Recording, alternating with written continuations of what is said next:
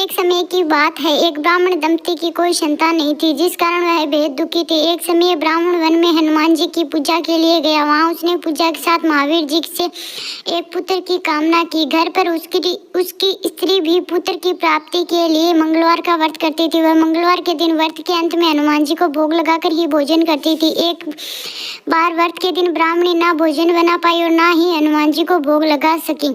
उसने प्रण किया कि वह अगले मंगलवार को हनुमान जी को भोग लगाकर ही भोजन करेगी। वह भूखी प्यासी 6 दिन तक पड़ी रही। मंगलवार के दिन वह बेहोश हो गई। हनुमान जी उसकी निष्ठा और लगन को देखकर प्रसन्न हुए। उन्होंने आशीर्वाद स्वरूप ब्राह्मणी को एक पुत्र दिया और कहा कि ये बालक तुम्हारी बहुत सेवा करेगा। बालक को पाकर ब्राह्मणी अति प्रसन्न हुई। उसने बालक का नाम मंगल रखा। कुछ समय उपरांत जब ब्राह्मण घर आया तो बालक को देख पूछा कि वह कौन है। पत्नी बोली कि मंगलवार की व्रत से प्रसन्न होकर हनुमान जी ने उसे यह बालक दिया है। ब्राह्मण को उसकी पत्नी की बात पर विश्वास नहीं हुआ। एक दिन मौका देख ब्राह्मण ने बालक को कुएं में गिरा दिया। घर पर लौटने पर ब्राह्मणी ने पूछा कि मंगल कहाँ है।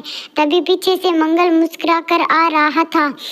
तब उसे वापस देखकर ब्राह्मण आश्चर्यचकित रह गया और रात को हनुमान जी ने उसे सपने में दर्शन किए और बताया कि यह पुत्र उसे उन्होंने ही दिया है। ब्राह्मण सत्य जानकर बहुत खुश हुआ और दोनों ब्राह्मण और ब्राह्मणी दोनों दंपति प्रत्येक मंगलवार को व्रत रखने लगे। जो मनुष्य मंगलवार की व्रत कथा को पढ़ता या सुनता है और नियम से व्रत रखता है, उसे हनुमान जी की कृपा से सब कष्ट दूर होकर सर्व सुख प्राप्त होता है और हनुमान जी की दया के पात्र बनते हैं। बोलो बजरंग बली की जय हो।